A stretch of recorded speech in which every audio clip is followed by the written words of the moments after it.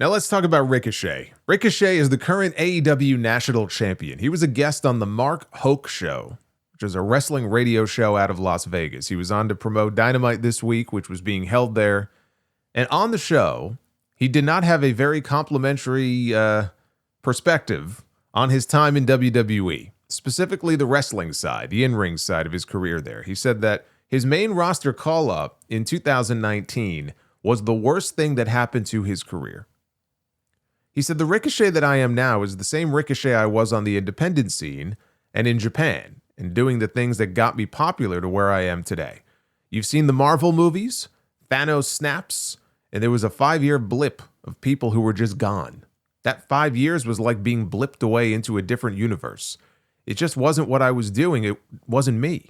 Coming back to AEW and finding that love, it's like when Tony Stark finally defeated Thanos, and all of the people came, thanks for the spoiler, by the way, and all the people came back. That's how I feel. Ricochet finally came back to what he was doing. And I feel like that 5 years was just blipped away.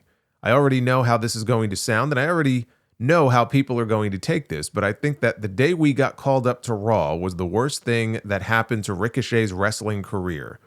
The trajectory, he meant trajectory, that I was on compared to the trajectory I got for those 5 years, it completely changed the public's image of Ricochet and who Ricochet was. Specifically the wrestling side of it, that 5 years really tarnished Ricochet's wrestling legacy.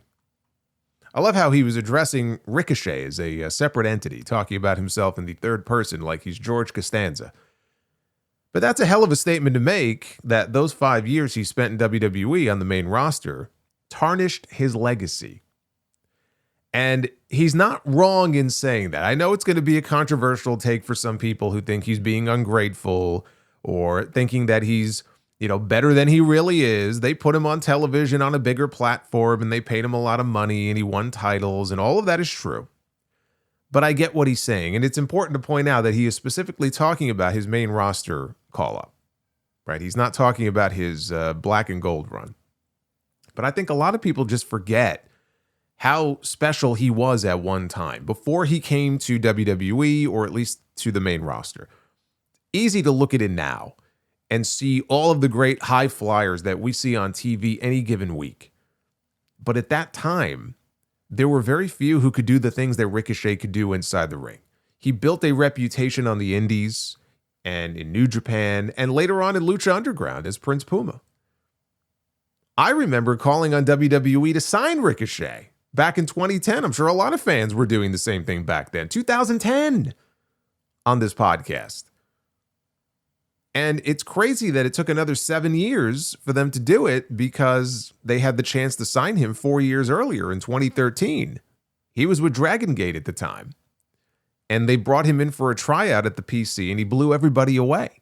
Even Jamie Noble went to bat for him and told the company, hey, you got to sign this guy, right? We got to sign this man. And they didn't, because they said they had no spot for him at the time.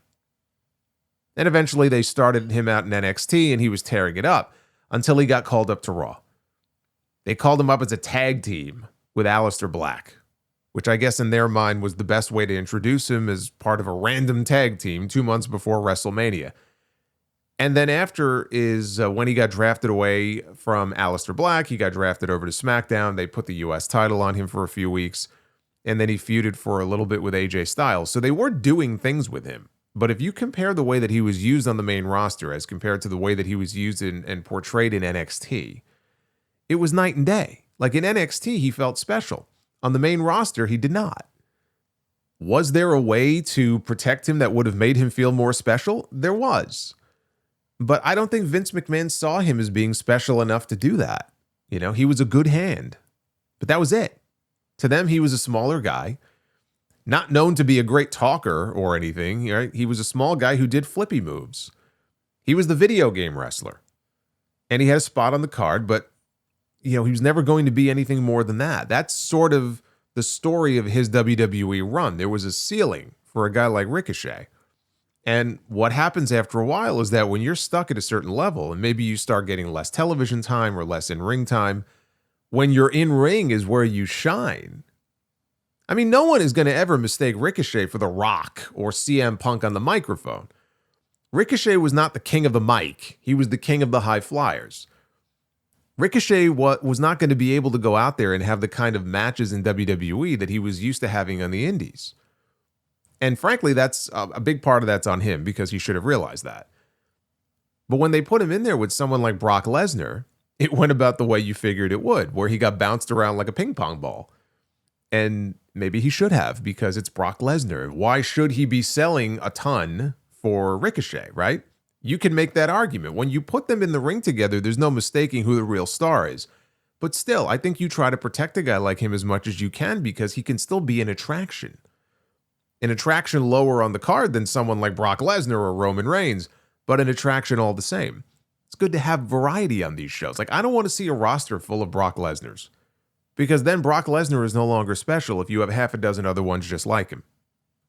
I think what ultimately led him to leave is the same thing that led Tommaso Ciampa to leave. You know, Ciampa did an interview and said that it made him sick to his stomach to read comments online from people saying that, oh, I peaked in 2018. They say, my peak was NXT Black and Gold. That was the best version of me, and they wish they could see that guy again. And it makes me sick because the Tommaso Ciampa of 2026 is 100 times better than the Tommaso Ciampa of 2018. This is what he believes. He believes he is better than that guy in the ring, on the mic, at telling stories, all of it. But no one ever gets to see it because they have him in a tag team wrestling the same guys over and over again on SmackDown and doing comedy with Fraxium. So in his mind, he knows he's better now than he was back then, but no one is ever going to get to see that. And if he would have taken WWE's offer to renew his deal, he knew that that was never going to change. Nothing was going to suddenly be different. It would have been another 3 years or 4 years of reading comments on social media about how good he used to be. So in his mind, he felt he had to leave. And I'll bet if that wasn't the main reason for Ricochet leaving, it was a similar type of thing. He knows what he's capable of. But in WWE, he felt like he wasn't being given the chance to showcase what brought him to the dance. So you have two choices. You can take the money and play it safe, right? At least I know I have a job and I'll be on TV. Because Triple H was using him pretty consistently on TV in his last 6 months. I mean, honestly, there was a period there after he won the Intercontinental title that last time, probably a good 6 months or so, where I thought he had the best stretch of his entire run on the main roster, where he was actually being featured pretty consistently. He won the title. He won that trophy. God, what was that cup that he won? The World Cup. He won the World Cup. They were finally allowing him to go out and really show what he could do. It didn't last, but it's not like his entire main roster run was a waste. But he can take the money and play it safe, or he can bet on himself and he can leave and trust that in the end, everything's going to work out the way that it's supposed to. And for him, it did, right? He landed a job with AEW where he still gets to be on TV and he can still make good money, but he can also work other places if he wants to. And he can work the kind of matches that he wants to without any restrictions. Because if we've learned anything about Tony Khan, he clearly doesn't give a fuck what these guys do once they go out there. As long as they don't pull out a gun and shoot anybody, it's all fair game. Now, I did say, when Ricochet left, the one thing I said about him possibly going to AEW is that in WWE, he was one of a kind. And which I think at that time was true, maybe less so now. And in AEW, he would be one of many who work that style. And he is. I mean, they have a lot of great high flyers in that company right now. They've got Commander. They've got Mascara Dorada. They've got a ton of them. And they're younger, too. Ricochet's 37 now. Those guys are like 24, 25, 27 years old. But AEW is just a better fit for him, and he's happier there. And it allowed him, with this heel turn, to show a side of himself that we never got to see in WWE.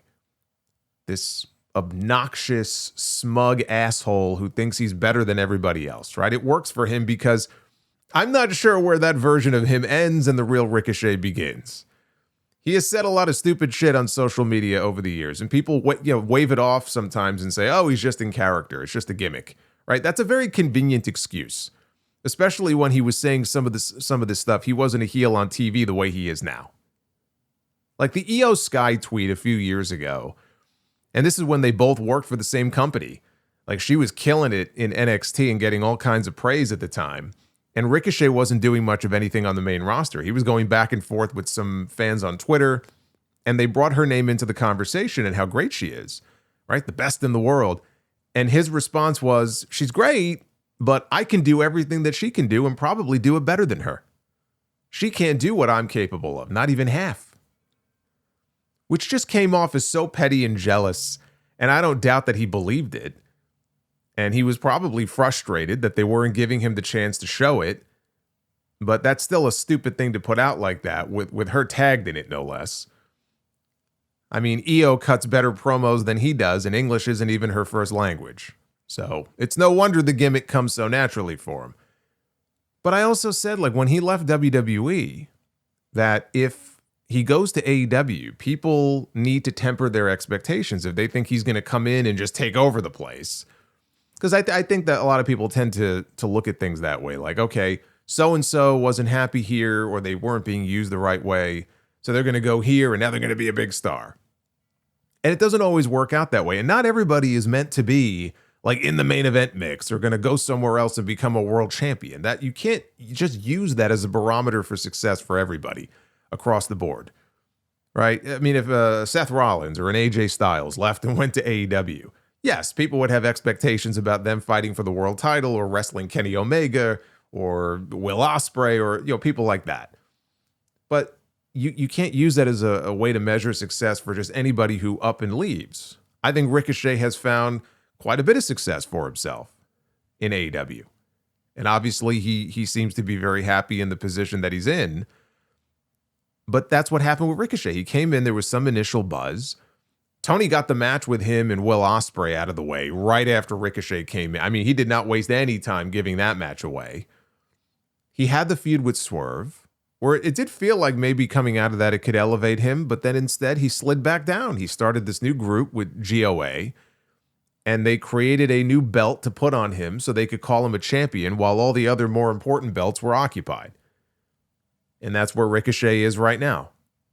Clearly happier than he was in WWE, though, so good for him. But according to Ricochet, there are others in WWE right now who are not so happy. He went on a Twitter binge responding to different people, and among the comments he made, he said, "Same thing happens to Balor, Shinsuke, Apollo, and many others. WWE kills legacies and love of the sport. It's what they do best. I do feel this way, and many others do as well. That company kills the love, and you end up being a shell of who you were and going through the motions." And someone responded, "It's just a little insane that there's no gratefulness or appreciation for his time there. I agree they didn't use him to his fullest potential, and I was waiting for them to do more with him, but they did give him a platform and paid him, so I'm shocked he hated it that much." And Ricochet responded, "They took my love of pro wrestling away. I'll never forget how I felt walking into work every week, and that platform was only to make others look good at my expense.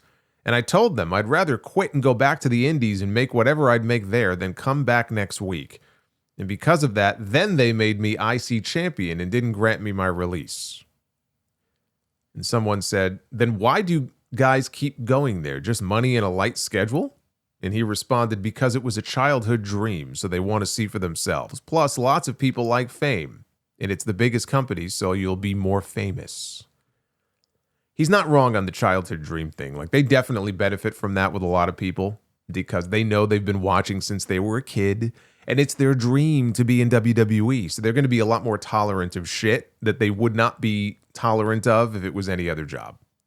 I do think it's shitty for him to be name dropping people that still work for the company, claiming it killed their passion. If it did, then they can speak for themselves. If and when they're ready to do so, they can speak for themselves. I don't think that's his decision to make. No one is holding a gun to their head every time they sign a new contract to stay.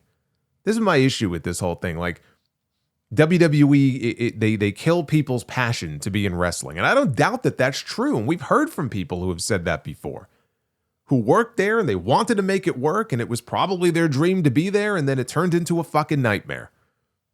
I'm not even saying he's wrong on that front, that that's not what happens to some people. But I always come back to this.